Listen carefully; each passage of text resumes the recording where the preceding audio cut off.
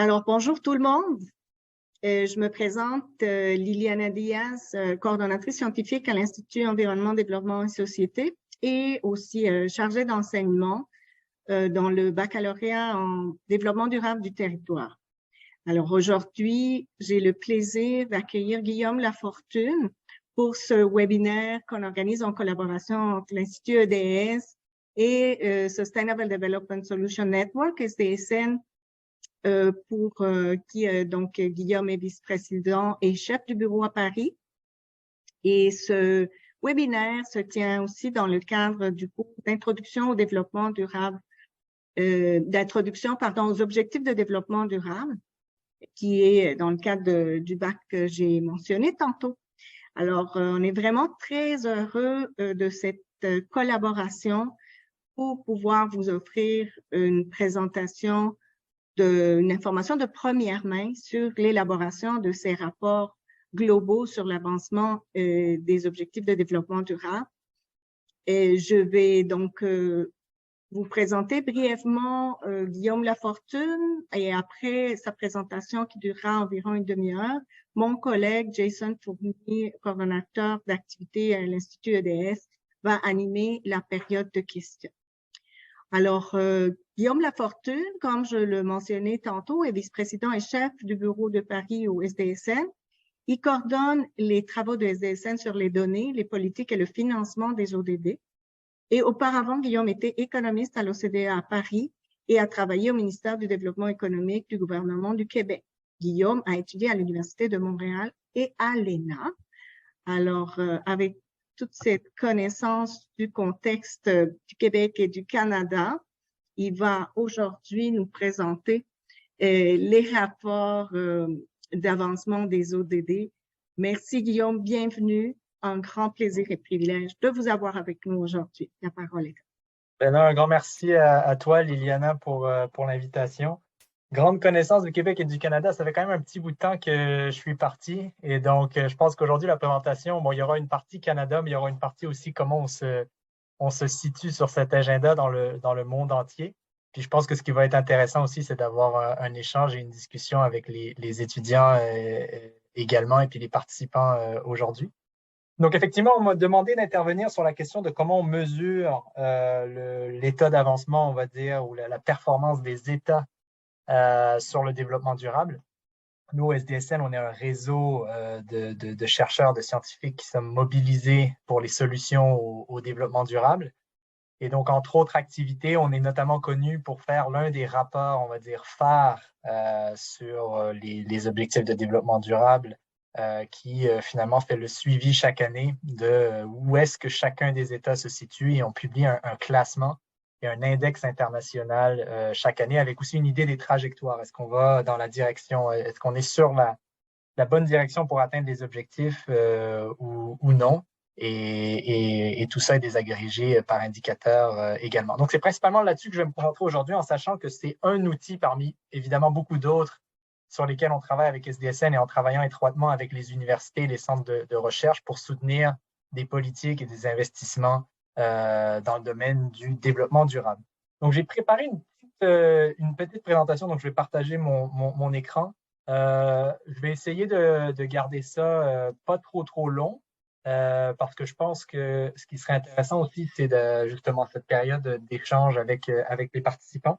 Mais juste pour commencer, peut-être, voilà, je vais juste présenter un peu effectivement ces travaux qu'on fait. Et puis, peut-être juste pour démarrer sur le SDSN, donc c'est le réseau des solutions pour le développement durable des Nations Unies. On a été donc créé en 2012 à l'initiative du secrétaire général de l'époque, donc Ban Ki-moon, qui souhaitait avoir un groupe finalement un peu de réflexion et pour apporter des solutions dans le contexte où les objectifs de millénaire à l'époque allaient se terminer. Donc, les objectifs du millénaire de 2000 à 2015. Et donc, il y avait toute cette réflexion à l'époque sur qu'est-ce qui allait prendre la suite en termes d'agenda. Est-ce qu'on aurait un agenda que pour les pays en voie de développement? Est-ce que ça serait un agenda mondial? Est-ce qu'il y avait besoin d'un objectif spécifiquement pour les villes? Donc, il y avait toutes ces discussions qui ont émergé. Et donc, SDSN, au départ, a contribué à ça. Et puis aujourd'hui, on fait trois choses principalement. On est un réseau, donc on anime un réseau de chercheurs et de scientifiques dans le monde entier. Donc vous avez un peu une idée là, sur la carte de de où est-ce qu'on a des réseaux nationaux, régionaux, et puis aussi des réseaux en formation. Et puis ensuite, on est également un centre de formation. Donc, il y a de l'éducation en ligne sur le développement durable. Et puis, on est également un think tank nous-mêmes. Et donc, on produit de la recherche et du contenu, dont cet indice sur les objectifs de développement durable. Évidemment, je ne vais pas passer de temps sur les objectifs en tant que tels, mais comme vous le savez, ils ont été adoptés en 2015 par l'ensemble de la communauté internationale. Donc, c'est l'unique, finalement, série d'objectifs où tous les États membres des Nations Unies se sont mis d'accord, qui couvrent, on va dire, l'ensemble du développement durable, c'est-à-dire les questions environnementales, climat, biodiversité, mais également les aspects sociaux et économiques. Et j'en profite pour mentionner que lorsque les chefs d'État se sont mis d'accord sur cet agenda en 2015, à l'intérieur de ça, il y avait directement un processus qui avait été mis en place pour dire, chaque année, à travers les revues nationales volontaires, il y a des pays qui vont venir rapporter leur progrès sur l'agenda au forum de haut niveau qui a lieu chaque année aux Nations Unies en juillet. Mais en plus de ça, en plus de ces revues annuelles, donc environ 40 pays qui chaque année publient un peu une revue des progrès qu'ils font, il y a aussi tous les 4 ans un processus où les chefs d'État se rencontrent pour discuter des progrès qui ont été faits, mais aussi identifier des priorités pour avancer. Et tous les 4 ans, bon, les mathématiques, ça va vite. Ça veut dire que la dernière réunion a lieu en 2019 et la prochaine, c'est en septembre 2023. Et donc, effectivement, vu que cette dernière rencontre des chefs d'État pour discuter de cet agenda a lieu en 2019, je pense qu'on est tous d'accord ici que depuis 2019, le monde a changé un petit peu. Et donc, on met beaucoup d'emphase et on prépare beaucoup de choses du côté SDSN pour cette réunion, ce sommet des chefs d'État qui aura lieu en septembre 2023. Et donc, je vais passer aujourd'hui assez vite à travers pas mal de graphiques, de tableaux, etc. Je pense que j'ai 4 messages principaux pour vous aujourd'hui. Premièrement, c'est on prépare cet index qui finalement classe les pays sur les objectifs de développement durable. Et je pense que c'est un des outils qui peut permettre d'évaluer finalement les progrès que les États font et les trajectoires et si on est sur la bonne trajectoire pour atteindre les cibles. Une des spécificités de ce qu'on fait, c'est qu'on intègre à la fois les impacts qui sont générés au sein des pays. Donc, pour prendre un exemple typique, les émissions de CO2 que le Canada émet au sein de ses frontières, mais également les émissions que le Canada va émettre, par exemple, en externalisant des industries comme le ciment ou l'acier à l'étranger et en réimportant la production, ce qu'on appelle les émissions importées. Parce qu'en bout de ligne, que les émissions de carbone ou de gaz à effet de serre aient lieu au Canada ou à l'étranger pour satisfaire la consommation du consommateur canadien, pour le changement climatique, ça n'a pas d'importance finalement. Et donc, on prend en compte ce qu'on appelle ces externalités négatives. Là, j'ai donné un exemple sur les émissions de carbone. Ça peut être aussi la déforestation importée, les soucis d'accès à l'eau dans d'autres pays générés par la consommation canadienne ou des aspects sociaux, les accidents au travail. Et là, on publie demain une étude d'ailleurs sur les accidents au travail et sur le travail forcé sur l'extraction des minerais, et principalement focalisé sur l'Union européenne. Donc, c'est une des spécificités de la manière dont on mesure la performance du développement durable, c'est en intégrant ces effets importés. Le troisième point, c'est que un indice, c'est pas l'outil magique, qui permette, sur laquelle il faut tout baser, qui permette d'informer toutes les actions publiques, les investissements, etc. Ça doit être disons, accompagné ou complété par d'autres outils, incluant d'autres plus qualitatifs, mais aussi d'autres outils. On fait beaucoup de travaux au SDSN sur des trajectoires de long terme, par exemple, pour établir des scénarios à l'horizon 2030-2050 qui sont aussi très utiles dans l'élaboration de la politique publique. Et puis enfin, je pense qu'un terme transversal que j'ai commencé à mentionner dans ma diapo précédente, c'est la question du multilatéralisme et de la nécessité de la coopération internationale pour avancer sur cet agenda. On vient de finir la COP 27 il y a quelques jours. Il y a eu le sommet du G20 la semaine dernière et j'invite tout le monde à regarder en fait la déclaration qui a été faite après le G20 de Bali. Vous verrez que les ODD sont mentionnés beaucoup de fois et notamment le rôle des banques multilatérales de développement. On arrive vers un sommet ou une réunion importante qui aura lieu à Montréal sur la biodiversité en décembre. Et puis ensuite, il y a évidemment le forum de haut niveau en juillet prochain, le sommet de chefs d'État, où il y aura ce sommet de chefs d'État sur les ODD, mais également un sommet sur les pandémies qui devrait entraîner l'adoption d'un traité sur les pandémies suite à ce qui s'est passé donc pendant le COVID-19 et en tirer les leçons, évidemment. Et ça a un fort lien, évidemment, avec les questions de développement durable. Donc, voici les 4 un peu grands messages clés. Ça, ici, c'est la série donc d'outils ou de rapports qu'on produit. Alors, on fait ça à l'échelle du monde entier et puis on fait ça aussi pour des régions spécifiques. Évidemment, à l'échelle du monde entier, au niveau de l'accès aux données, c'est compliqué parce qu'évidemment, on veut comparer les pays sur une même base de données. Et je pense que certains d'entre vous, j'avais partagé en amont de ce webinaire quelques documents sur nos méthodologies, mais c'est vrai qu'on a des limitations au niveau des bases de données qu'on peut utiliser, alors qu'au niveau régional, si je prends l'Europe, par exemple, on a beaucoup plus de sources de données de la Commission européenne et d'autres organes européens. Mais en Afrique aussi, avec l'Union africaine ou la Banque africaine de développement, on peut aller chercher d'autres données. On peut aussi utiliser des indicateurs encore plus pertinents pour certaines régions. Donc, dans le cas de l'Europe, quand on fait le rapport pour l'Europe, on a un focus un peu plus sur les questions de consommation durable et responsable. En Afrique, par exemple, sur des maladies transmissibles. Et puis, aussi, dans l'édition mondiale, on peut évidemment pas aller dans le détail des enjeux de politique publique dans chacune des régions. C'est quelque chose qu'on fait beaucoup plus dans les éditions régionales, par exemple.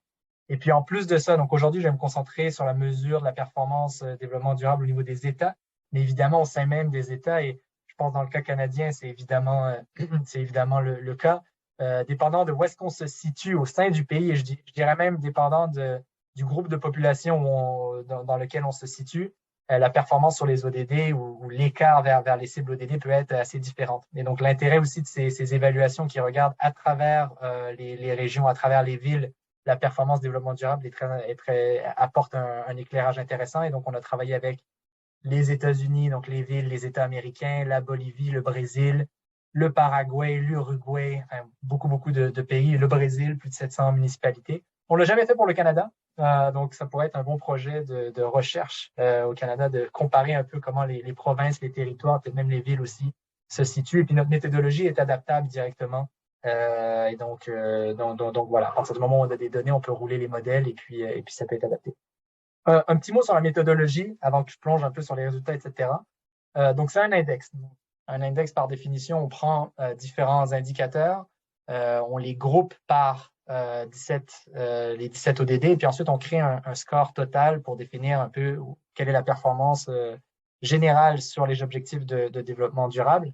Alors, je dirais qu'on est à un stade où notre méthodologie, si j'avais fait ce webinaire il y a 3 ou 4 ans, on faisait encore des ajustements au niveau méthodologique. Aujourd'hui, on a une méthodologie qui est très, très stable. C'est-à-dire qu'on a fait tous les processus possibles pour se faire vérifier de manière externe. Donc, on a été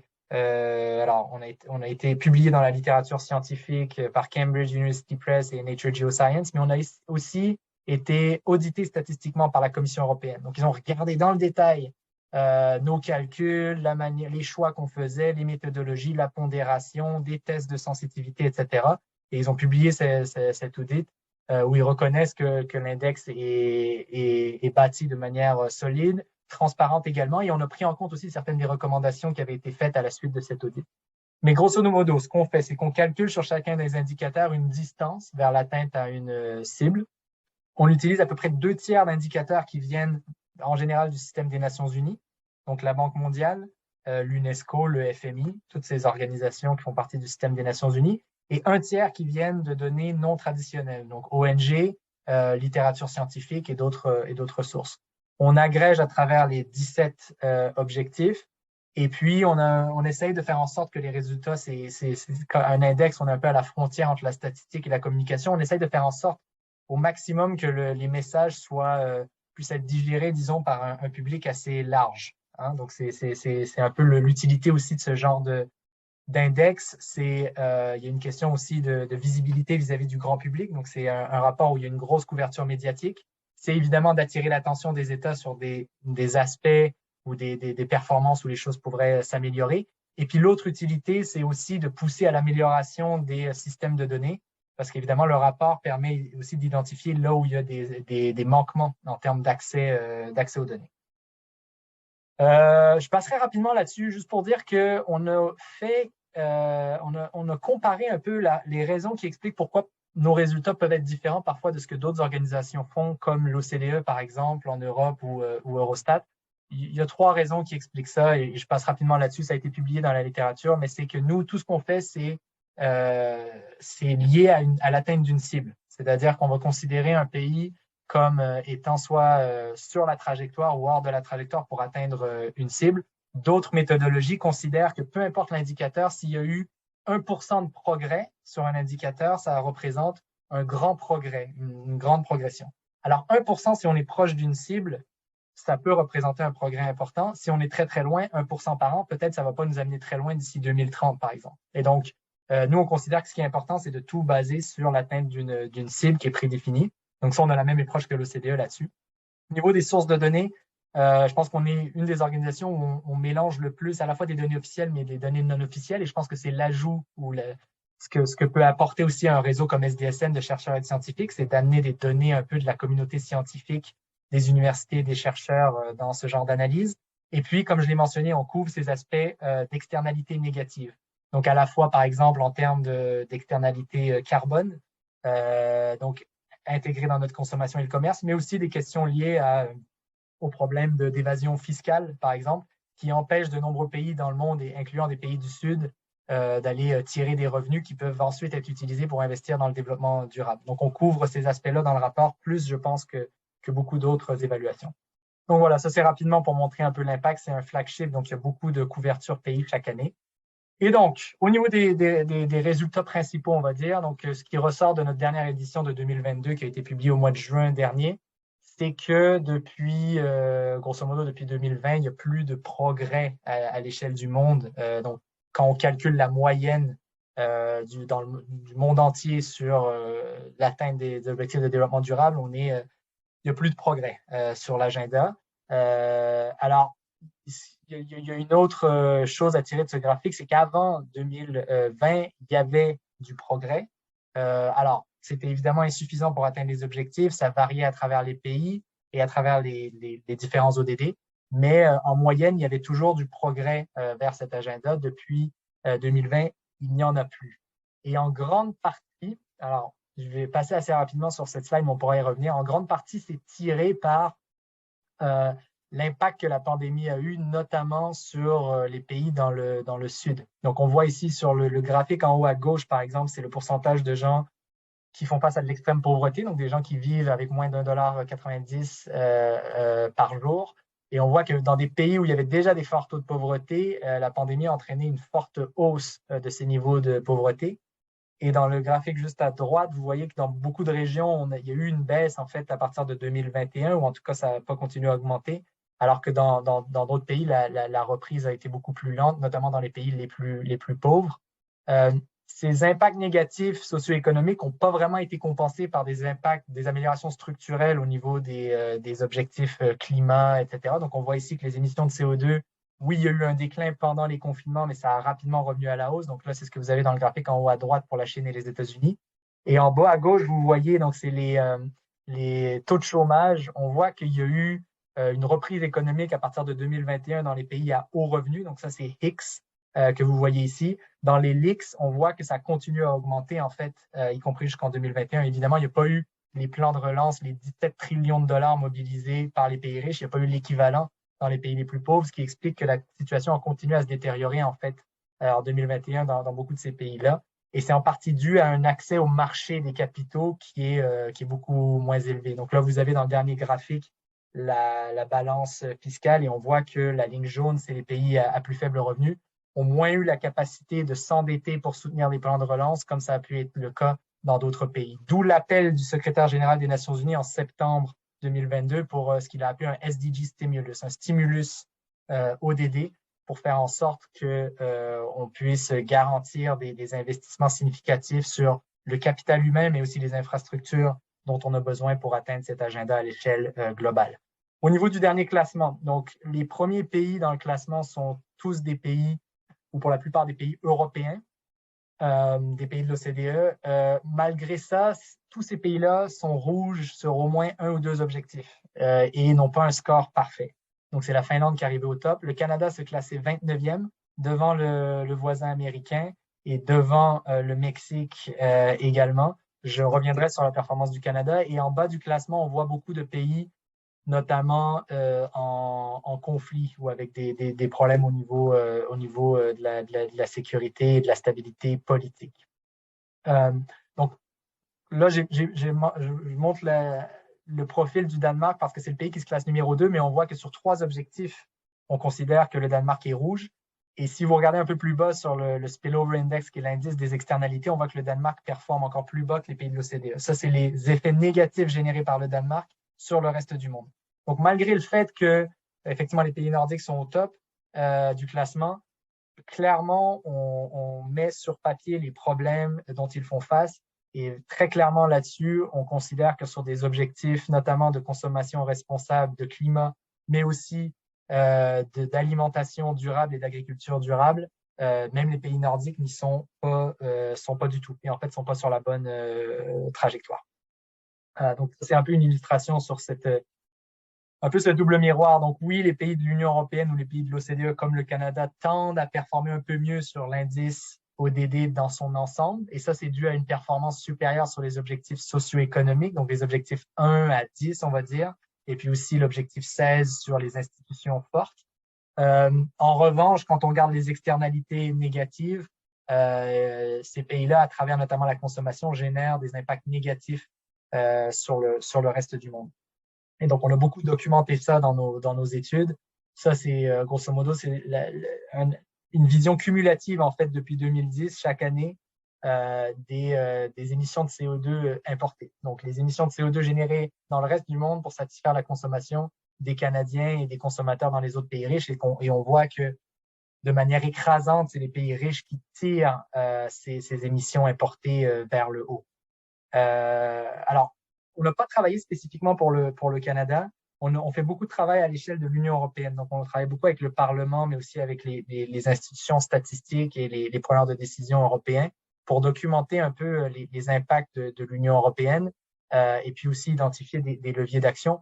Simplement pour dire voilà, que si on se focalise sur des chaînes de valeur spécifiques ou des industries spécifiques, on sait en Europe que chaque année, la consommation textile, c'est plus de 375 personnes qui meurent pour satisfaire notre consommation, 21 000 accidents non mortels au travail, 40% des émissions de CO2 prennent place à l'étranger pour satisfaire notre consommation, et puis on est responsable aussi d'environ 16% de la déforestation tropicale. Et ça, je voulais le mentionner parce que c'est une étude qu'on lance demain, en fait, sur les minerais qui sont utilisés évidemment pour la transition digitale et environnementale également. On voit aussi là que à travers la consommation, c'est 1,2 million de personnes qui sont en travail forcé dans le monde pour satisfaire la consommation européenne. Et puis on voit, donc ça c'est à travers tous les secteurs et toutes les industries. Si on se focalise juste sur les minerais, on voit que de manière disproportionnée, ces impacts arrivent vraiment à l'extérieur de l'Union européenne. Hein. C'est pas au sein de l'Union européenne, c'est vraiment à l'extérieur de l'Union européenne. C'est ce que vous avez sur le graphique à droite ici. Donc, c'est un peu un avant-première, mais on lance le rapport demain matin, heure européenne. Au niveau du Canada, alors comme je l'ai dit, le Canada se classe 29e. Le score du Canada est un peu supérieur à la moyenne des pays de l'OCDE de 0,5 points. Et puis, alors au niveau des objectifs, le Canada, on le voit plutôt performant sur l'objectif éducation. C'est intéressant parce que même par rapport à d'autres pays de l'OCDE, quand on regarde même, alors non seulement au niveau de l'accès basique aux services d'éducation, mais aussi au niveau de la qualité de l'éducation et des écarts aussi entre étudiants à travers différents on va dire, background socio-économique, on voit que le Canada performe relativement mieux en fait que beaucoup d'autres pays de l'OCDE. Par exemple, la France, il y a beaucoup d'inégalités au niveau du système éducatif dépendant du revenu des parents et du statut socio-économique. C'est moins le cas au Canada. Ça ne veut pas dire évidemment que tout est parfait et qu'il n'y a pas de place pour l'amélioration, mais en général, on voit quand même que c'est un des objectifs où le Canada performe relativement bien sur la scène internationale. En revanche, on voit que sur les objectifs liés au climat, à la biodiversité terrestre, même je dirais à la consommation responsable et durable, et puis également au niveau des partenariats internationaux, on voit que le Canada se classe un peu moins bien. Les partenariats internationaux, c'est tiré par le fait que le Canada n'a pas atteint l'objectif de 0,7% de son revenu national brut dédié à l'aide au développement. Les derniers chiffres, je pense, le Canada est à 0,3% à l'heure actuelle. Et puis également ses externalités négatives.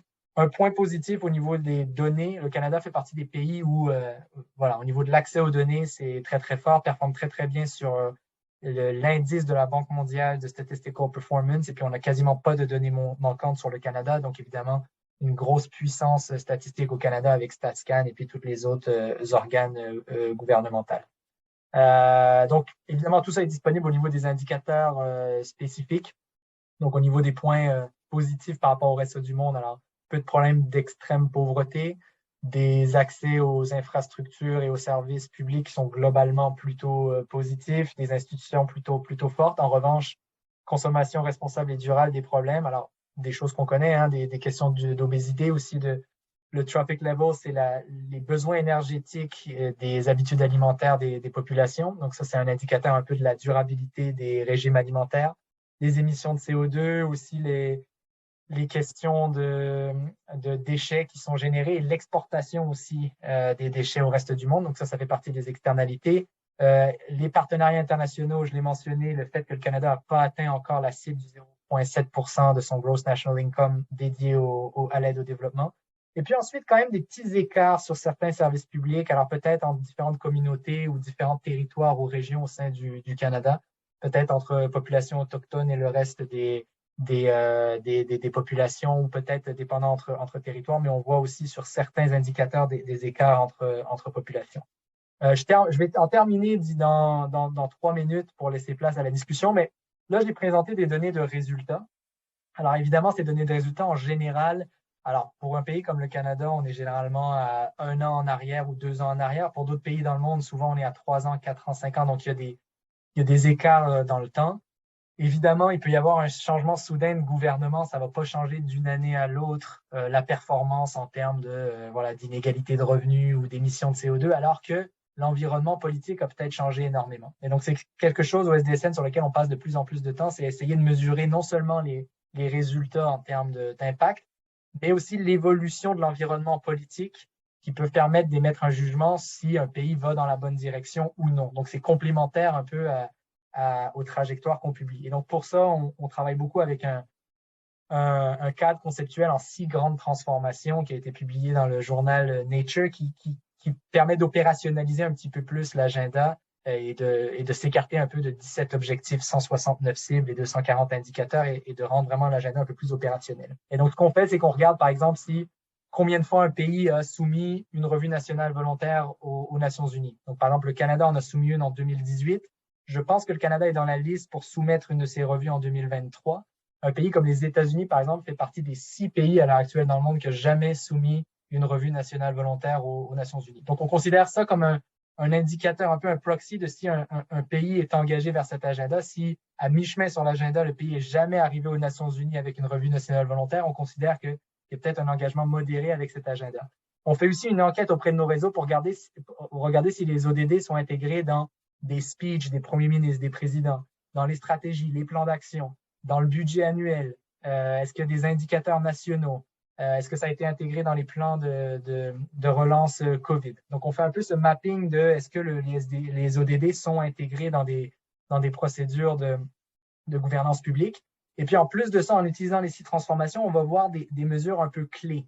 Est-ce que le plan mis en place par les États est suffisant pour atteindre les objectifs de Paris? Ça, par exemple, le Climate Action Tracker fait un excellent travail là-dessus. Il va regarder les plans et les actions du gouvernement et établir un jugement si le plan et les actions du gouvernement sont alignés avec les objectifs de Paris. Est-ce qu'il y a des subventions non conditionnelles pour les énergies fossiles? Ce qui est quand même un signe que c'est des données plus input process, mais c'est quand même un signe que les choses vont pas forcément dans la bonne direction. Et puis avec tout ça, on crée une espèce de, on va dire, c'est pas vraiment un score, mais c'est plus on groupe les pays par catégorie d'engagement avec cet agenda. Et on voit là que le Canada, on le situe à peu près au milieu du pack. Donc on a pu faire ça pour 60 pays l'année dernière environ. On le voit à peu près au milieu du pack. On voit aucun pays avec vraiment un niveau d'engagement très, très haut. Certains pays nordiques, peut-être un peu plus avancés. Certains pays africains aussi, je pense au Bénin, avec lequel on travaille beaucoup, ont vraiment mis les ODD au cœur de leur politique publique. Ils ont même émis un bon du Trésor axé sur les ODD pour financer leurs investissements. Et à l'inverse, on voit des pays comme les États-Unis, la Russie ou le Brésil jusqu'à tout récemment. Évidemment, avec l'arrivée de Lula, les choses vont peut-être changer. Mais jusqu'à tout récemment, faisait partie des pays où il y avait le moins d'engagement, on va dire, avec cet agenda. Je mentionne ça parce que c'est pour mentionner que l'indice ne fait pas tout et que ça doit être complété aussi par d'autres données, finalement, pour faire du sens un peu et pour se faire une idée de l'état d'avancement des ODD à l'échelle des États. Et alors, je ne vais pas passer à travers cette slide en entier, mais simplement pour dire que j'ai mentionné ici 2 projets sur un peu le suivi de la performance des États. Au SDSN, on travaille sur un très grand nombre de projets, incluant des trajectoires de long terme, mais aussi comment on peut mobiliser les outils géospatiaux, par exemple, pour venir avoir une indication de comment les États se performent. Et puis, je finis par un peu un résumé un peu des grands événements internationaux, parce qu'évidemment, le Canada tout seul ou l'Union européenne tout seul ne peut pas atteindre ses objectifs tout seul. Il y a besoin de travailler avec l'ensemble de la communauté internationale. Et je pense qu'il y a beaucoup. Alors, on vient de finir la COP, il y a eu le G20 la semaine dernière. Encore une fois, je le mentionne, le communiqué qui a été fait après le G20 a beaucoup de références aux ODD. Il y a Montréal qui arrive et on espère que Montréal pourrait être pour la biodiversité ce que Paris a été pour le climat. Et ensuite, il y a évidemment le forum de haut niveau en juillet, l'Assemblée générale en septembre prochain avec un sommet très important de chefs d'État et un sommet sur les pandémies. La COP28, la prochaine COP28 sera à Dubaï, où on espère qu'il y aura effectivement un mécanisme finalisé pour ces questions de pertes et dommages. Et puis un sommet qui va être important aussi, c'est ce sommet pour le futur, où là, il y a toute la discussion de comment on réforme finalement des organisations comme le FMI ou la Banque mondiale pour la rendre encore plus efficace pour avancer sur cet agenda.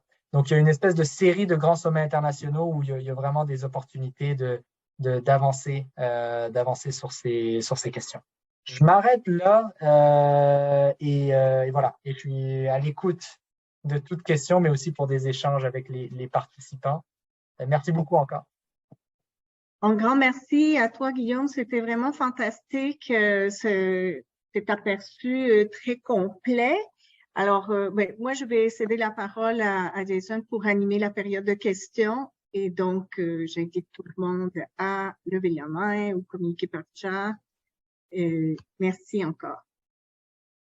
Oui, merci Guillaume. Effectivement, on va passer à la période de questions, commentaires, échanges. Donc, écoutez, vous pouvez utiliser le moyen que vous préférez. Il y a possibilité de lever la main. Là. Je vois qu'il y a quelqu'un qui a ouvert la caméra. Donc, vous pourriez peut-être être la première personne qui pose une question. Si vous voulez aussi préférer poser une question dans l'outil conversation ou discussion dans le bas de votre écran, c'est une possibilité aussi. Moi, je vais y aller par tour de parole. Donc, voilà, pas plus compliqué que ça. Donc, on va y aller avec la première intervention de M. Robert Beauregard. Vous vouliez poser une question, j'imagine? Merci, Jason. Merci, Guillaume, pour la présentation. C'est fort important et intéressant. J'ai manqué les premières 5 minutes. Est-ce que vous avez dit que vous alliez nous transmettre le document ou le... Absolument, absolument. Je peux transmettre toutes les diapos et puis tout ce que j'ai mentionné. Alors ça, c'est quelque chose qu'on fait au SDSN. Ce sont des biens publics, donc tout est disponible aussi, les rapports, les bases de données. Voilà, tout est disponible aussi publiquement, mais avec pas de problème pour partager les diapositives, évidemment. Merci, ça serait très apprécié. Ma question est la suivante. Je trouvais très intéressant l'aspect sur les impacts importés. Ouais. Et c'est quelque chose qui se produit beaucoup dans les pays développés. Puis, est-ce que vous constatez une croissance de cet impact importé? Parce que je lisais un bouquin récemment sur l'évolution de la protection de l'environnement aux États-Unis, puis on disait que l'essentiel des progrès en protection de l'environnement s'était fait au détriment d'une augmentation de l'impact importé, dans le fond, des consommateurs américains qui n'avaient pas du tout diminué leur consommation et qui, donc, leur impact globalement était le même. C'est seulement qu'ils l'avaient délocalisé dans des pays autres que les États-Unis. Est-ce que, d'après toi, on voit la même tendance au Canada et dans tous les pays de l'OCDE? Et c'est un défi, dans le fond, pour tous les gens qui s'intéressent à la protection de l'environnement puis aux objectifs du développement durable, dans le fond, d'éviter le pas dans ma cour, c'est d'essayer d'améliorer notre performance par tous les moyens possibles, mais de garder un œil sur la délocalisation. En tout cas, pour moi, c'est un angle mort dans beaucoup de nos discussions. Pourriez-vous élaborer un peu plus là-dessus? Absolument. Jason, comment on fait ça? Est-ce que je réponds à chaque question? Est-ce qu'on prend une série de questions et après ça, je réponds? Une série de questions? Ouais. On peut y aller une question à la fois. OK, donc je réponds tout de suite et puis ensuite on va Oui. avoir une autre question. OK. Oui, OK. oui. Non, mais c'est une très bonne question, Robert, et c'est un sujet sur lequel on a beaucoup travaillé. Alors, pas nécessairement au Canada spécifiquement, mais comme je disais, on a beaucoup travaillé à l'échelle de l'Union européenne, mais il se pourrait que les tendances soient assez similaires. La première chose que je dirais, c'est premièrement que l'agenda, les ODD en tant que tel, ouvraient la porte à ce genre de série d'études qui considéraient ces impacts importés. Parce que l'objectif 12 parle non seulement de production responsable, mais aussi de consommation responsable. L'ODD 8 parle d'éradiquer l'esclavage humain, le travail forcé et le travail des enfants. Voilà, donc il y avait beaucoup de mentions à travers les ODD, il y en a d'autres également, qui permettaient d'ouvrir la voie dans le contexte, dans le cadre des ODD, de documenter un peu et d'intégrer ça dans la mesure de la performance des États sur le développement durable. Donc, c'est pour ça que depuis le début, nous, on considère que finalement, c'est pas tolérable qu'un pays améliore sa performance sur le développement durable si c'est simplement en externalisant les effets négatifs dans le reste du monde. Donc, c'était le premier point. Le deuxième point sur les tendances, effectivement, vous avez raison, la tendance ne va pas dans la bonne direction. En fait, c'est très intéressant à l'échelle de l'Union européenne parce que on voit, par exemple, au niveau prenons le carbone, juste les émissions carbone, on voit que jusqu'à la période avant COVID, il y avait effectivement une séparation, comme on dit en anglais, un decoupling, un décuplage entre croissance économique positive et puis en même temps, réduction en termes absolus des émissions dans l'Union européenne, des émissions de carbone, donc production-based. En revanche, en ce qui concerne les émissions importées, la croissance des émissions importées était en fait supérieure à la croissance du PIB. Donc, il n'y a pas du tout de décuplage quand on prend en compte les émissions importées. En fait, dans l'étude qu'on publie demain, encore une fois, c'est à l'échelle de l'Union européenne, mais ce qu'on montre aussi, c'est que toute cette emphase sur la transition digitale et verte, on a le pacte vert européen, en fait, entraîne une hausse des effets négatifs, alors à la fois sociaux et environnementaux, générés par la consommation de minerais rares, de minéraux et d'énergie fossile dans le reste du monde en réalité. Et donc voilà, on voit depuis 2015 une hausse parce qu'évidemment, tous ces minéraux sont utilisés pour fabriquer à la fois les technologies digitales, voilà, nos téléphones et autres, mais aussi tout ce qui est énergie renouvelable, panneaux solaires, éoliens, etc. La question là-dessus sur laquelle on veut vraiment insister, c'est qu'on n'appelle pas du tout à la démondialisation. C'est pas ça l'idée. Parce que ce qu'on montre aussi dans toutes ces études, on est capable de le quantifier aussi, c'est que le commerce, finalement, génère des revenus très importants, mais aussi est générateur d'emplois dans le reste du monde fondamental. Et on parle beaucoup de l'inflation en ce moment. Si on démondialisait, on atteindrait des niveaux d'inflation qui seraient bien supérieurs à ce qu'on a aujourd'hui dans nos pays. Je pense que la vraie clé là-dessus, c'est comment on nettoie ces chaînes de valeur pour faire en sorte que les processus de production dans nos pays partenaires s'améliorent et que du coup, nos effets importés diminuent. D'où toute cette question de comment on travaille. Alors, il y a des choses au niveau domestique et le Canada, par exemple, a adopté une politique sur le travail forcé bannir les importations qui peuvent être liées au travail forcé. Donc, les États-Unis ont fait ça aussi. L'Union européenne se dirige vers ça également. Mais je pense qu'au-delà de ces mécanismes un peu à la frontière, un peu de tarifs, où il faut toujours aussi vérifier si c'est bien connecté avec les politiques de l'Organisation mondiale du commerce, je pense que la question vraiment des partenariats internationaux, du financement international du développement durable, mais aussi des transferts de technologies, de savoir-faire entre le Nord et le Sud est vraiment très important. Et je pense que c'est vraiment ressorti aussi de la COP27, à la fois, par exemple, sur les questions d'atténuation des émissions. Comment est-ce qu'on peut renforcer les partenariats Nord-Sud pour nettoyer un peu les processus de production? Et puis, il y a l'innovation aussi technologique. Je pense qu'on a vu sur les panneaux solaires, par exemple, que à travers l'innovation technique, on arrive à créer des panneaux solaires aujourd'hui qui consomment moins en termes de matériaux également. Et puis, bon, ça va de soi également, mais travailler aussi sur la quantité de consommation, donc l'efficience aussi également. Mais voilà, je pense que c'est un package de policy et pas seulement des choses qui peuvent être mises aux frontières, parce que sinon, il y a vraiment le risque d'être accusé de protectionnisme déguisé par les pays du Sud, mais également, en fait, d'empirer la situation dans beaucoup de pays si on arrête du jour au lendemain toute importation. C'est vraiment une question de nettoyer les chaînes de valeur plus que de commercer moins et de démondialiser, selon nous, en tout cas. Et c'est en tout cas le point qu'on fait ressortir de l'étude qui sortira demain. Et puis peut-être un dernier point là-dessus, et puis j'en terminerai, juste pour dire qu'au niveau des données, parce que bon, en bout de ligne, c'est un séminaire sur la mesure de la performance des États, les données se sont incroyablement améliorées là-dessus au cours des dernières années. Donc, quand on a démarré ces travaux-là en 2017, on se retrouvait à travailler avec des données très, très vieilles là-dessus. Aujourd'hui, à la fois les méthodes, les techniques qui se basent sur des tableaux intrants-entrants, des multi-regional input-output tables et les autres sources de données qui sont utilisées pour faire ça se sont améliorées incroyablement et on a des outils très puissants aujourd'hui pour quantifier ces effets-là. Et du coup, je pense que ça, voilà. On part du principe que si on arrive à mettre des données sur ces problèmes-là, c'est ensuite plus facile d'avoir un plaidoyer solide et fort pour faire avancer la politique publique sur ces questions-là. Merci beaucoup, Guillaume. Merci, M. Beauregard, pour votre question. Donc, on a quelques questions dans l'outil de discussion. Je vais vous les lire une à la suite de l'autre. On va en prendre une à la fois. Donc, les documents, est-ce qu'ils sont en anglais seulement ou est-ce qu'il y a des versions françaises? Je pense que la plupart sont plutôt en anglais. J'avoue qu'on n'a pas forcément ni le budget ni le temps de faire toutes les traductions, mais tous les communiqués de presse, on les traduit en français. En revanche, c'est vrai que, sauf si ça a été fait par l'Université Laval, mais autrement, non, c'est disponible surtout en anglais. Ouais.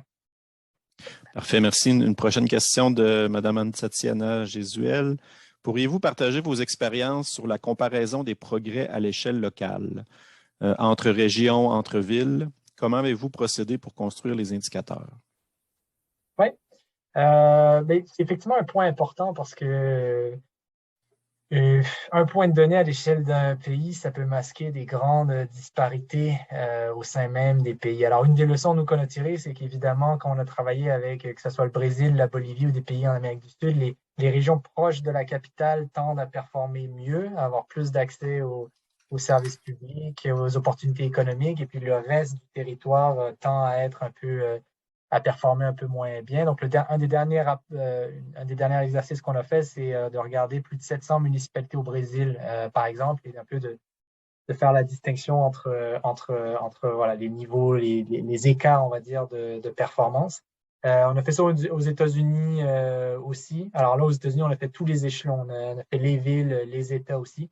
Je pense qu'un des intérêts là-dessus aussi, et on l'a fait, je mentionne le Brésil et les États-Unis, c'est vrai que c'est souvent un point d'entrée, le niveau infranational, dans les pays où le gouvernement fédéral n'est pas forcément très enclin à travailler sur ces sujets-là. Donc, on a aussi approché ce sujet-là par rapport à ça et on se rend compte que même dans des pays où le fédéral n'est pas forcément porté sur ces questions-là, il y a souvent des initiatives très intéressantes et très ambitieuses qui se développent au niveau local et au niveau des États. Et c'est le cas, par exemple, aux États-Unis, mais aussi on s'en est rendu compte au Brésil. Au niveau des indicateurs, alors évidemment, c'est un petit peu différent parce que quand on travaille à l'échelle internationale, on doit utiliser des bases de données standardisées de différents pays. Là, dans le cadre des analyses qui sont faites à l'intérieur des pays, on utilise évidemment des bases de données, on va dire, nationales qui sont désagrégées à travers le territoire. Donc voilà, donc les séries d'indicateurs sont un petit peu différentes. Mais notre méthodologie, voilà, en termes de calculer des distances aux objectifs et puis des trajectoires, s'applique très bien. Une fois qu'on a fait la sélection, on va dire, des indicateurs qui nous paraissent pertinents, ensuite, on peut appliquer une méthodologie un peu similaire à celle qu'on a appliquée pour calculer des distances et des trajectoires au niveau des villes. Et comme je l'ai mentionné, à ma connaissance, on ne l'a jamais fait. Par exemple, comparer où le Québec se situe par rapport à l'Ontario, par rapport à d'autres régions, peut-être que par rapport à d'autres provinces. Peut-être que StatsCan a fait des travaux là-dessus. Je ne suis pas au courant des dernières choses que StatsCan a pu faire. Mais en tout cas, soit travailler au niveau des villes, au niveau des territoires et des provinces, si quelqu'un est intéressé, n'hésitez pas à entrer en contact avec nous, parce qu'on pourrait, voilà, bon, ça serait quelque chose d'intéressant à faire. Pardon. Merci, Guillaume. Donc, on a encore quelques questions dans l'outil de discussion. Si jamais vous voulez poser la question vous-même ou donner plus de détails, n'hésitez pas. Je vais commencer par nommer votre nom. Vous pouvez toujours ouvrir votre caméra, sinon je vais lire votre question. Donc, la prochaine question va être de la part de M. Gomez. Donc, que pensez-vous du concept de décroissance économique? Grande question.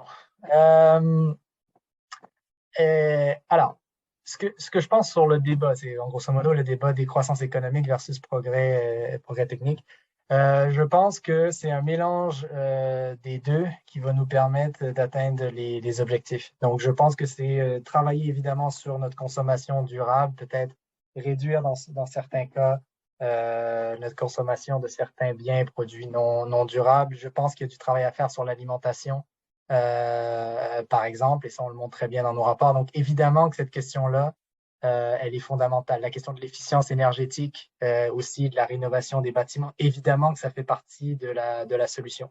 Mais je pense qu'il y a un rôle également pour le progrès technologique, que ce soit dans le domaine de je l'ai mentionné sur, par exemple, tout ce qui est les énergies renouvelables, tout ce qui est évidemment le digital, les technologies digitales, je pense également même aux technologies de capture de carbone, etc.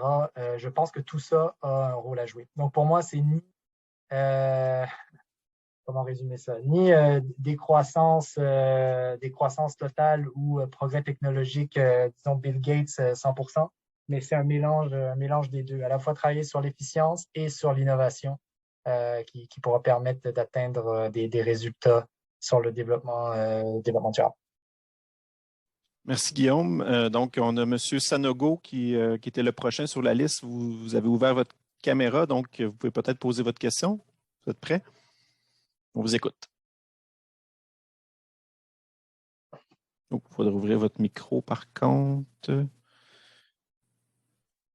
Voilà, et bonsoir tout le monde. Et je voudrais remercier Guillaume pour sa présentation. Je voudrais savoir si les indicateurs sont utilisés pour les mêmes pour tous les pays. Quand on sait que certains pays sont pauvres, comme le nôtre, Burkina Faso, par rapport au Canada, est-ce qu'ils sont les mêmes indicateurs? Merci. Oui, c'est une très bonne question. Alors, sur l'indice, ce qu'on fait sur l'indice mondial, alors quand on fait le classement des pays, donc le score et le classement total, évidemment, il faut qu'on compare sur le même panier d'indicateurs l'ensemble des pays. Et donc là, effectivement, on utilise la même série d'indicateurs pour le Burkina Faso et pour le Canada. Évidemment, on a une stratégie qui est intégrée dans notre méthodologie pour que ce qu'on appelle le biais lié au manque de données ne soit pas trop fort. Donc, grosso modo, pour qu'un pays soit dans le classement, il ne faut pas qu'il lui manque plus de 20% des indicateurs qu'on a sélectionnés. Et pour sélectionner un indicateur, il faut qu'il soit disponible pour 80% des pays dans le monde avec une population au-dessus d'1 million. Donc, on essaye de maximiser en gros à la fois la couverture des indicateurs, mais aussi de faire en sorte que les pays qui sont inclus dans le classement n'ont pas un nombre de données manquantes qui soit supérieur grosso modo à 20% pour qu'on puisse les comparer sur une même base. Donc, le classement que vous avez, oui, c'est sur la base de la même série d'indicateurs. Ce qu'on fait en revanche pour les pays de l'OCDE où il y a beaucoup plus de données, c'est que si vous regardez comment on traduit ça, les dashboards, donc les tableaux de bord qui sont dans les profils pays, ce qu'on fait là, c'est qu'on rajoute certains indicateurs pour les pays de l'OCDE. Parce qu'évidemment, avec les données de l'OCDE, on a beaucoup plus de données disponibles qui nous permettent d'aller au-delà. Je pense à l'éducation, par exemple, où il y a encore des énormes manques, en fait, sur des données basiques, des données d'accès à l'école secondaire, même des données de literacy rate, de taux d'alphabétisation. Enfin, c'est vraiment surprenant, mais même sur des données assez de base, on manque de données souvent. Mais alors, je mentionne même pas les questions d'inégalité à travers les statuts socio-économiques, de résultats à l'école, des données sur l'accès à l'école pré-primaire, etc. On a vraiment des gros manquements de données là-dessus dans le reste du monde. En revanche, dans les pays de l'OCDE, avec PISA et d'autres outils, on a énormément d'outils pour mesurer ces choses-là. Donc là, on ajoute ces indicateurs dans les tableaux de bord. Et donc, effectivement, les tableaux de bord pour les pays de l'OCDE sont basés sur, on va dire, un panier d'indicateurs élargi pour ces pays-là. Et donc, c'est pour ça que si vous comparez les profils pays des pays de l'OCDE versus les pays du reste du monde, vous avez une différence dans les indicateurs utilisés pour les tableaux de bord uniquement, pas pour le calcul des scores et du ranking. Autrement, ce ne serait pas juste parce qu'évidemment, les pays de l'OCDE seraient pénalisés pour avoir plus de données disponibles sur certains objectifs.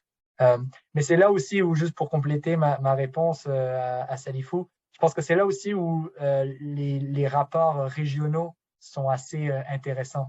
Ils nous permettent effectivement d'aller chercher encore plus de données, que ce soit pour les pays européens où on a accès à plus de bases de données, mais aussi en Afrique où on va chercher des données de la Banque africaine de développement, de l'Union africaine, etc., qui nous permettent vraiment d'aller chercher plus de données de ce qui peut être disponible dans les bases de données internationales, on va dire. Merci Guillaume. Donc, prochaine question de M. Durette-Landry. Est-il déjà arrivé que les pays développés se portent responsables de la performance des pays en développement? Ou est-ce que chaque pays se concentre uniquement sur sa propre performance? Alors, je dirais que, en tout cas, dans le discours politique, on commence, je pense, de plus en plus à considérer la responsabilité, effectivement, des pays développés, notamment dans le contexte du changement climatique, mais également sur les questions de biodiversité. Je pense que la dernière COP, s'il y a eu une avancée importante qui a été faite, c'est une reconnaissance au moins politique du fait que les émissions et les pratiques de production et de consommation dans les pays riches sur les dernières années sont en grande partie la cause des désastres climatiques et naturels dont fait face certains des pays les plus pauvres de la planète, d'où la direction que prend la communauté internationale pour établir un fonds pour les pertes et dommages, mais également pour financer l'atténuation et l'adaptation des pays en voie de développement là-dessus. Donc, je pense qu'il y a de manière croissante, on va dire, un consensus qui émerge pour établir des responsabilités historiques, notamment dans le contexte du changement climatique. Oui. Merci. Donc, prochaine question. En fait, Suying Zhao demande, serait-il possible, voulez-vous poser la question vous-même? Oui, merci. Merci beaucoup, Guillaume, pour la présentation d'abord. C'est vraiment très intéressant. En fait, ma question, c'est juste que j'aimerais, je ne sais pas si c'est possible d'avoir une autre conférence comme celle-ci où on se focus sur le Canada. Parce que pour connaître un peu plus en détail sur les 17 ODD, là, on a lu rapidement qu'il n'y a que celui sur l'éducation où on est correct. Et quelle est la situation sur les 16 autres? Et par rapport aux engagements, est-ce que on s'engage plus sur certaines que d'autres? Est-ce qu'on voit de corrélation entre la performance et le niveau d'engagement? Et je ne sais pas si on fait aussi les prévisions de la performance future par rapport aux engagements d'aujourd'hui. Et puis j'aimerais aussi je sais pas si on peut rentrer un peu plus au niveau régional. Et puis j'ai lu aussi dans le chat que quelqu'un a posé une question sur les données. Moi aussi, ça m'a un peu surpris. Oui, André Mercier a souligné la question des données parce que Guillaume, lors de la présentation, vous avez dit que nous, au niveau des statistiques, des sources de données, on est très bon. Ça aussi, je trouve ça un peu bizarre puisque j'ai quand même l'impression que l'accès aux données est difficile. Donc, si vous pourriez nous en dire un peu plus, quelles sont les sources de données, comment on juge que la qualité d'accès et de qualité de données est bonne. Voilà, merci beaucoup. Merci à vous. Ouais, merci à vous, Suying. Et alors, je vais faire de mon mieux pour essayer de répondre au maximum de points qui étaient soulevés. Alors, peut-être commencer par la fin. Au niveau des données, en fait, alors il y a un indicateur. Bon, c'est pas nous qui le publions, hein, c'est la Banque mondiale qui fait un peu une comparaison, disons, de la performance des systèmes statistiques. Et le Canada performe très bien là-dessus. Je pense que ce qui est sûr, c'est que le Canada, par rapport à beaucoup de pays, incluant beaucoup de pays de l'OCDE, quand on regarde les bases de données onusiennes, fournissent beaucoup de données au système de l'ONU, que ce soit à la Banque mondiale, à l'OMS, à l'UNESCO, etc., participent énormément à ces travaux de données. Et je pense que c'est quand même reconnu que StatsCan est une unité statistique relativement performante. En tout cas, sur les indicateurs de la Banque mondiale, c'est c'est reconnu. Et puis, nous, quand on fait, alors à partir des indicateurs qu'on a, on voit qu'il y a très peu de données manquantes pour le Canada. Donc, c'est principalement ça que ça reflète. Après, ça, c'est les données, on va dire, comparatives à l'échelle internationale. Effectivement, il y a peut-être des sources de données spécifiques au niveau voilà, provincial, au niveau des différents territoires dont vous aimeriez avoir accès, qui manquent. Ça, voilà, je suis pas habilité à émettre de jugement là-dessus, mais en tout cas, au niveau des données internationales, le Canada se situe très, très, très, très haut, très, très, très, très bien sur ces questions-là d'accès à ces données-là. Au niveau performance engagement, donc j'ai essayé, alors on m'a invité pour parler de la mesure du développement durable, des états du développement durable, pas spécifiquement sur le Canada, mais j'ai essayé de dire deux mots quand même sur les principaux points positifs et points négatifs qu'on pouvait relever au Canada. Au niveau des engagements, alors comme je l'ai dit, on a situé un peu le Canada au milieu du paquet. Je pense que sur les engagements, par exemple, la décarbonation, les engagements climatiques, il y a encore beaucoup à faire. De manière un peu surprenante, sur la question effectivement du financement international, de l'aide officielle au développement, il y a encore aussi voilà, des cibles qui ne sont pas atteintes du côté du Canada. En revanche, juste pour mentionner une initiative, je pense que le Bureau du vérificateur général au Canada a fait quelque chose d'assez intéressant en faisant une audit un peu finalement de l'intégration des ODD dans les systèmes de politique publique du Canada. Donc, on a travaillé avec le Bureau du vérificateur général il y a quelques années parce qu'ils avaient une méthodologie innovante pour finalement faire le suivi et intégrer les ODD dans les processus, on va dire, de management public. Donc, c'est une des choses sur lesquelles le Canada, avec lequel on a travaillé dans le cadre de l'édition mondiale, parce que c'était une des bonnes pratiques dont on voulait faire la lumière à l'international. Mais oui, avec plaisir, voilà, on pourrait organiser quelque chose spécifiquement sur le Canada, et puis peut-être avec d'autres experts aussi, parce que je suis peut-être pas le mieux placé quand il s'agit vraiment des questions purement voilà, canadiennes. Moi, je suis là vraiment pour montrer la performance du Canada comparée et un peu moins sur les aspects voilà, très, très spécifiques des politiques, voilà, des politiques canadiennes en tant que telles. Voilà ce que je voulais mentionner là-dessus.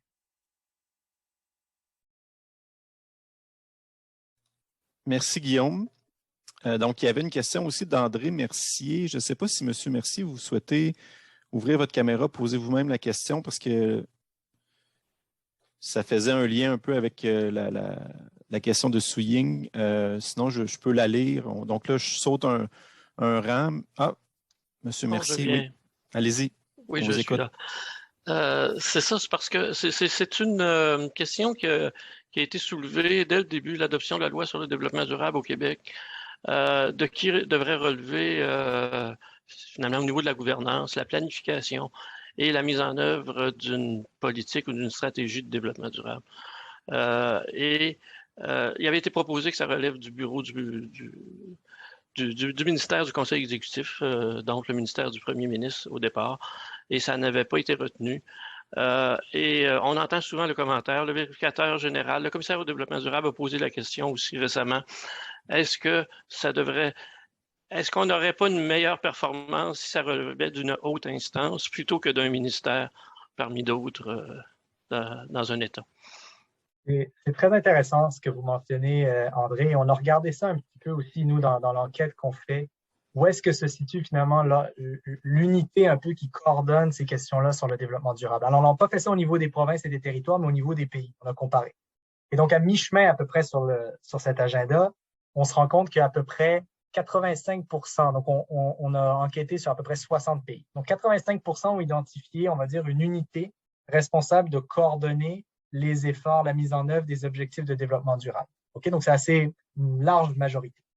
En revanche, là où il y a des différences importantes, c'est où est-ce que cette unité se situe au sein du gouvernement.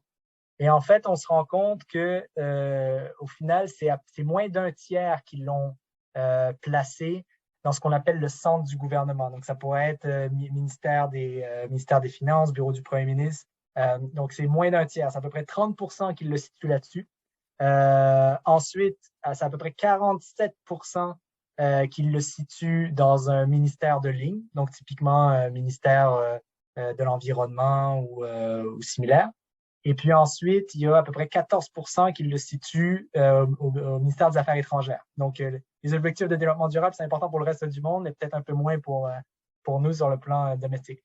Mais là-dessus, je pense qu'il y a des subtilités aussi parce que, alors c'est vrai, de prime abord, on pense aussi que le plus proche, c'est du centre du gouvernement, donc bureau du premier ministre, ministère des Finances, etc., le plus il y a de chances qu'il y ait du portage à travers l'ensemble du gouvernement.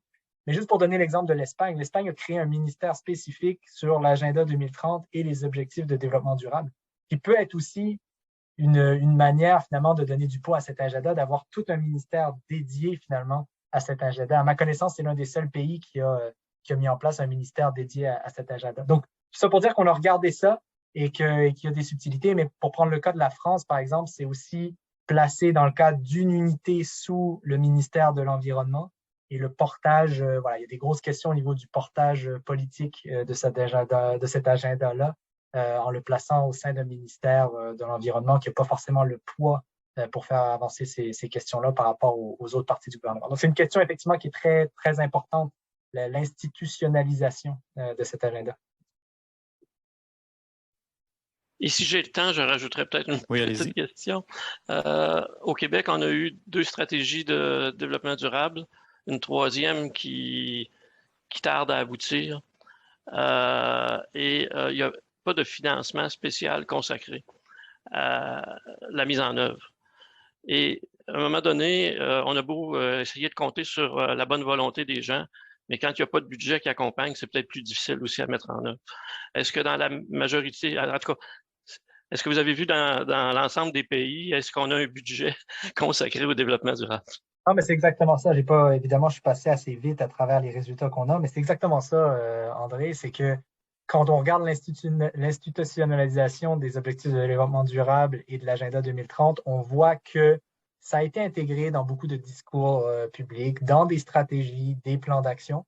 On voit aussi un point positif qui est au niveau de l'utilisation de cet agenda, au niveau des systèmes de données, de statistiques. Il y a eu un effet ODD là-dessus. En revanche, ce qui reste bien en arrière, c'est l'intégration de cet agenda avec les processus budgétaires. C'est-à-dire qu'il y a très peu de pays qui, sérieusement, font le lien entre les objectifs de développement durable et le budget.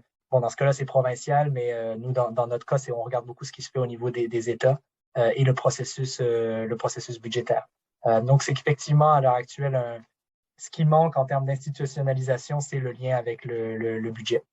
Absolument. Et ça, on le voit, on l'a publié dans le rapport l'année dernière, donc on voit que par rapport aux autres processus, voilà, c'est un des aspects où il y a eu le moins d'intégration de cet agenda dans les processus publics. Merci. Merci, M. Mercier. Donc, on va passer à une autre question de Céline Zengel. Pensez-vous qu'il faudrait que les Nations unies pointent plus du doigt les externalités négatives des pays au lieu de mettre l'accent sur les avancées qui ne sont parfois que très limitées, notamment pour éviter un effet greenwashing? Et est-ce que vous pensez que le fait de rendre les rapports d'avancement des pays obligatoires, par exemple d'en présenter un minimum tous les 5 ans, pourrait augmenter la pression sur les pays dans l'optique d'agir plus concrètement sur l'atteinte des ODD? Donc, en 2 volets, finalement. Oui, alors, donc il y a ces revues nationales volontaires. Je pense que l'intérêt de ces revues nationales volontaires, elle est double. Alors, le rapport en tant que tel est intéressant à regarder, mais je pense qu'au-delà de ça, c'est que c'est des processus, ça oblige les pays finalement à réfléchir au sein de leur administration et à se parler aussi entre ministères quand ils doivent organiser une RNV. Ils doivent se coordonner entre eux. Donc, le processus en tant que tel des RNV est très bien. Effectivement, ça aurait été bien si ça avait été obligatoire, mais je pense qu'il y a des limites aussi dans ce que le multilatéralisme est capable de faire. Je pense encore une fois qu'on a tendance à l'oublier, surtout parfois dans le contexte actuel, mais que c'est la première fois dans l'histoire de l'humanité que 193 États se sont mis d'accord sur un agenda commun d'avancées sociales, économiques, environnementales, biodiversité, institutions. Alors, c'est des objectifs, je pense, en Europe et au Canada qui nous vont de soi, mais cette question de lutter contre les inégalités de revenus pour des institutions fortes, etc., c'est des choses qui voilà, pour certaines régions du monde sont quand même, voilà, il y a quand même beaucoup de travail. Donc on est allé jusqu'où on pouvait avec ces objectifs. Évidemment, certains disent qu'on aurait dû aller plus loin. Il aurait dû avoir un indicateur quantifié sur les inégalités de revenus. Il y aurait dû y avoir d'autres indicateurs, etc. Mais le fait d'avoir quand même un agenda en commun, c'est quand même quelque chose de fort. Et je pense que c'est quelque chose qu'il ne faut pas perdre de vue non plus, malgré le fait que voilà, il y a eu une pandémie, il y a la guerre. Je pense que c'est quand même une vision qu'il faut garder en tête. Et cette idée, je pense, selon moi, hein, cette idée du développement basé sur des objectifs, ça serait bien que ça continue et que ça perdure même au-delà de 2030.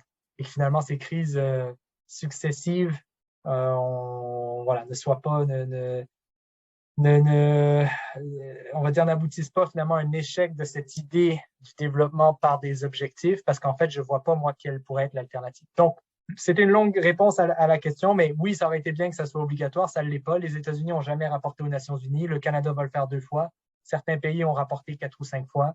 Voilà, c'est des revues qui sont nationales volontaires. L'autre chose, évidemment, dans ces revues, c'est que les pays rapportent sur les objectifs et les indicateurs qu'ils veulent. C'est des processus qui sont menés par le gouvernement.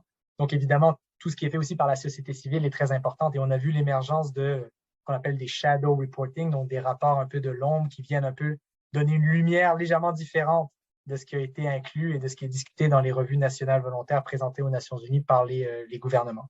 Donc ça, c'est un premier point. Sur l'autre partie de la question, je pense que de manière croissante, quand même, il y a de plus en plus, en tout cas, une lumière sur ces externalités négatives. Je pense que le secrétaire général est, par exemple, très actif des Nations Unies et très actif sur la question dont j'ai pas beaucoup discuté. Je me suis beaucoup concentré des externalités liées à la consommation et au commerce, mais il y a des externalités évidemment liées à l'évasion fiscale et à ces questions de flux financiers qui, évidemment, entraînent des problèmes pour mobiliser les ressources nécessaires à l'atteinte du développement durable. Et donc, je pense là-dessus, par exemple, le secrétaire général est très, parle de manière très puissante de ces questions-là et pousse vraiment à des avancées au niveau des négociations internationales sur les systèmes de taxation plus justes, plus transparents, notamment, on l'a vu avec des super profits et notamment dans le domaine des nouvelles technologies, etc. Il y a des sources de revenus qui peuvent être aller chercher de la coordination internationale est nécessaire. Donc ça, c'est un aspect très important. Et puis, je pense qu'au-delà du secrétaire général des Nations Unies, moi, je le vois à l'échelle de l'Union européenne, le Parlement européen, par exemple, très clairement, dans sa résolution sur les ODD en juin dernier, reconnaît que les politiques publiques de l'Union européenne ont des effets néfastes dans bien des cas sur le reste du monde. Voilà. Et puis, juste pour nommer un exemple qui n'est pas européen, mais qui est américain dans ce cas-ci, parce que c'est rare qu'on voit dans les discours publics des autorités américaines, même la mention de l'agenda 2030 ou des objectifs de développement durable, mais Janet Yellen, donc la secrétaire du Trésor américain, a fait un discours récemment où elle pointe du doigt justement toutes ces externalités négatives, alors à la fois sur les politiques macroéconomiques et les changements au niveau des taux d'intérêt sur les pays émergents, notamment le reste du monde, mais aussi ces effets liés notamment à la consommation non durable. Donc, de mon point de vue, on voit quand même si les trajectoires au niveau des indicateurs de résultats ne vont pas forcément dans le bon sens, au niveau du discours public et de la prise de conscience de ces effets-là, je vois quand même une évolution au cours des dernières années plutôt positive sur la prise de conscience là-dessus. Merci Guillaume. Donc, ça fait le tour des questions des participants. Donc, je vais quand même vous souligner que vous avez des félicitations pour votre présentation, notamment Anciana Jésuel en tout cas, est très intéressée par le sujet puis va communiquer avec vous. Il y a d'autres personnes aussi là, que je nommerai pas nécessairement, mais qui vous remercient pour votre présentation, pour la clarté et pour les réponses. Donc, voilà, merci. Et sans plus tarder, je vais passer la parole à ma collègue Liliana. Alors oui, je me joins à tous les remerciements et les félicitations. C'était vraiment excellent comme tour d'horizon et comme vraiment nous rapprocher à une meilleure compréhension de ce qu'il y a derrière ce suivi très rigoureux et très